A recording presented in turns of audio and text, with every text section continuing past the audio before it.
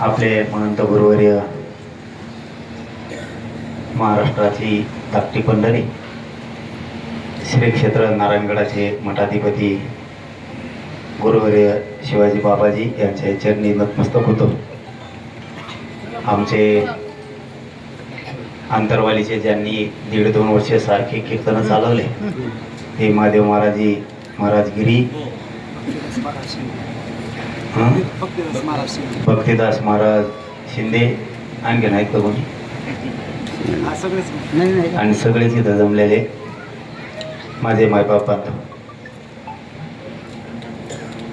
आज त्या नेकनूरला बंकटस्वामी महाराजांचा वार्षिक सप्ताह होता, पुण्यतिथी. त्यामुळं आम्हाला यायला वेळ झाला नसता. तुम्हाला आधीच शब्द दिला होता की मी लवकरच येईल, तर त्यांनी सांगितलं तुम्ही तिकडे गेले की तिकडंच गुंतता, तुम्ही आधी इकडे.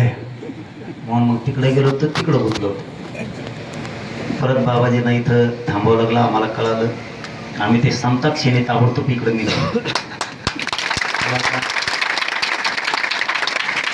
आता विलाजच नाही, जिकडे जाईल तिकडंच जास्त वेळ जातोय. म्हणून उशिरा आलोत, नाराज होऊ नका.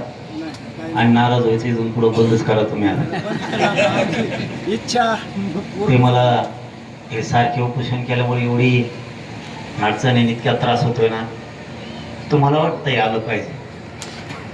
तुमची माया कळती, तुमचं प्रेम कळतं, हे सगळं लक्षात येतं.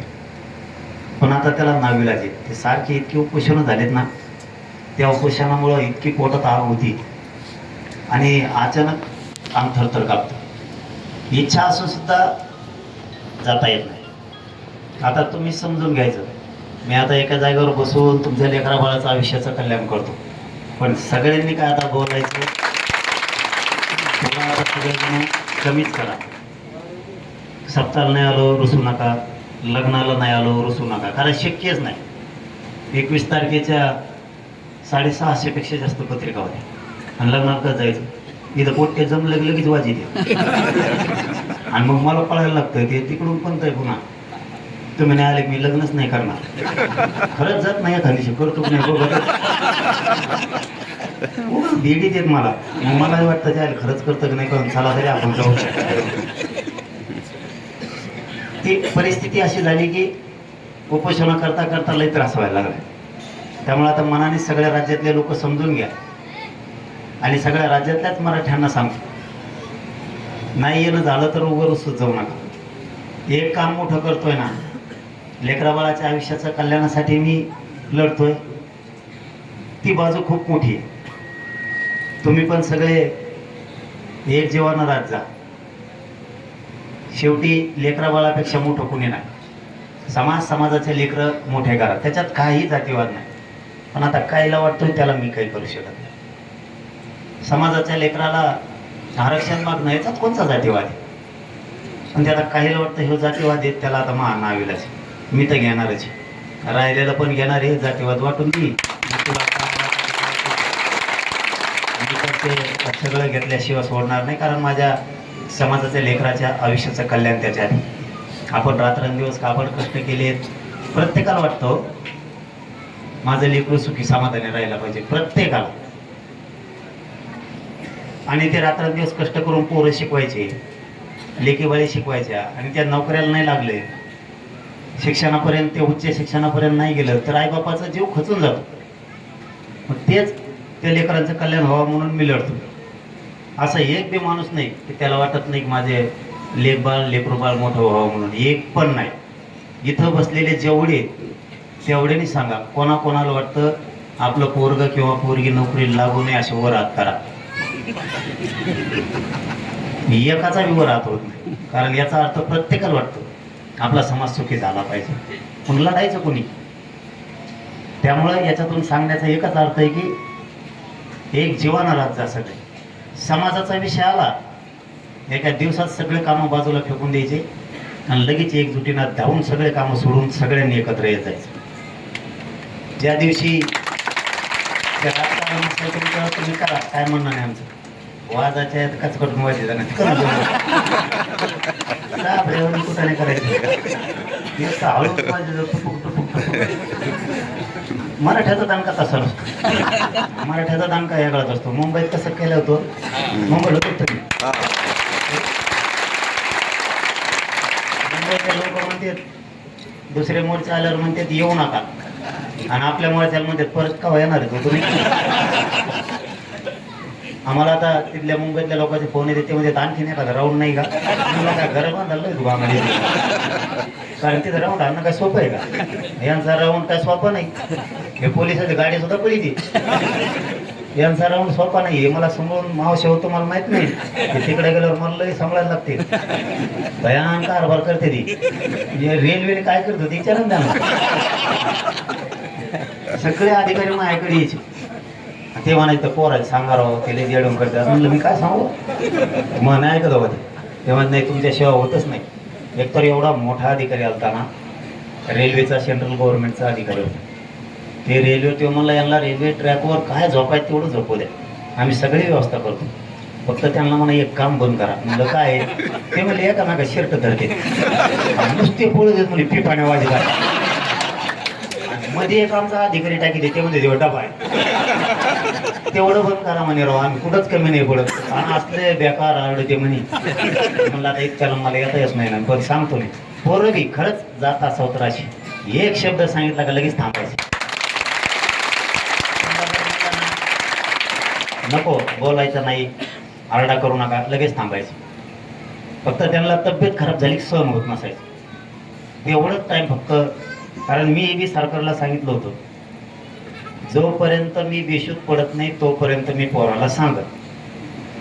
आता मीच बेशुद्ध पडलो, सांगू तो करू नाही, ते म्हणले तरी सांगावं लागेल. मला तो बापान सांगितलं बेशुद्ध पडलो कसं सांगायचं. कारण ते पोरं जर आताच्या बाहेर गेले, शेवटी आपला लई सोन्यासारखा समाज, लई दिवसाचा तळपत होता आरक्षणासाठी, असून आपल्याला दिलं गेलं नाही. आता तुमच्या नोंदी सापडल्या, ह्या जर 40-50 वर्षापूर्वी सापडल्या असतात, आज तुमचे लेकरं किती सुखी राहिले असते. कारण पगाराशिवाय काय खरं नाही. शेतीत कितीही कष्ट करा, शेतीचं शेतीलाच पुरत नाही. कारण मी पण शेतकऱ्याचाच, शेतीचं शेतीलाच पुरत नाही. जोड लागतो शेतीला, एक नोकरीचा जोड लागतो. तुम्ही नोकरदाराचा चेहरा बघा, हा आपला चेहरा बघा. नोकरदाराचा पगार जर असला ना, ते वेगळंच दिसतंय.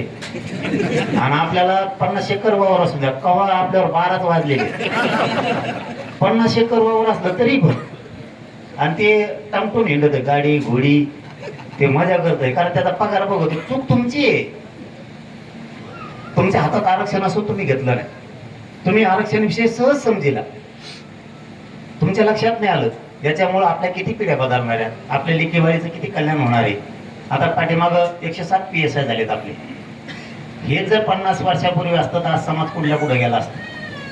इथून पुढं तरी आरक्षणाला जपा. ते आरक्षण आता जाऊ द्यायचं नाही. परत तुम्ही म्हणायचे मिळालं मग जाऊ द्या, ही लढाई कायम लढावं लागते. एकदाच गेलेलं होत नाही. तुम्ही म्हणता ना आता बार बार काय करायचं, मुंबई जाऊन चालले काय चाव ना जातात सटकून. आमच्या तिकडे येत ना ती,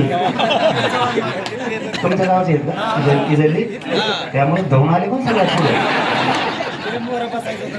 मोर काय चांगली जागा लागली. बसा बसा, आपण निवडून नंतर सत्कार करू. बसा, खुर्ची द्या त्यांना, तिकडच खुर्ची द्या. दम लागला काय नाही का? हा बसा, टाका खाली. जाताना गाडीत घेऊन जातो तुम्हाला, डिझेल टाका जाताना. या समाजाला लई गरज होती आरक्षणाची.